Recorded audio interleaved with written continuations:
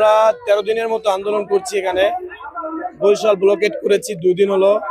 জনসাধারণের ভোগান্তি হচ্ছে, কষ্ট হচ্ছে, এটা আমাদের কারোরই কাম্য নয়। ভাইয়েরা যে 3 দফা দাবি দিয়েছেন, সম্পূর্ণ 3 দফা যৌক্তিক দাবি।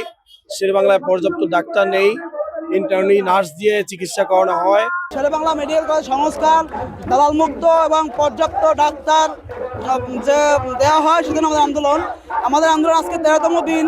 13তম দিনে এসেও আমরা সঠিক কোনো পাই নাই, কিন্তু আমরা আমাদের এখন একটাই দাবি, সেটা হলো স্বাস্থ্য উপদেষ্টা সে নিজে বরিশালে আসবেন। এক্সট্রিম মশার কয়েল প্ল্যান্ট ফাইবার দিয়ে তৈরি, ডেঙ্গু চিকুনগুনিয়া বাহি সহ যে কোনো মশার বিরুদ্ধে দেয় এক্সট্রিম সুরক্ষা।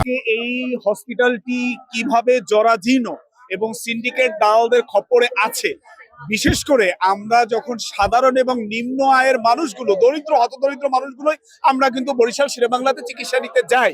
আন্দোলনের সাথে একত্রতা প্রথম দিন থেকে ঘোষণা করেছি।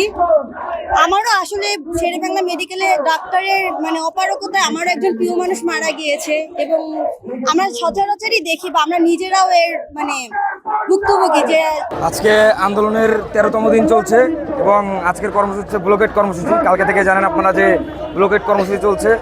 প্রশাসন থেকে এখনো বড় কেউ আমাদের সাথে দেখা করতে আসেনি। আমরা চাই যেখানে স্বাস্থ্য উপদেষ্টা নিজে আসুক বা স্বাস্থ্য মন্ত্রণালয়ের কোনো সচিব আইসা আমাদের সাথে কথা বলুক,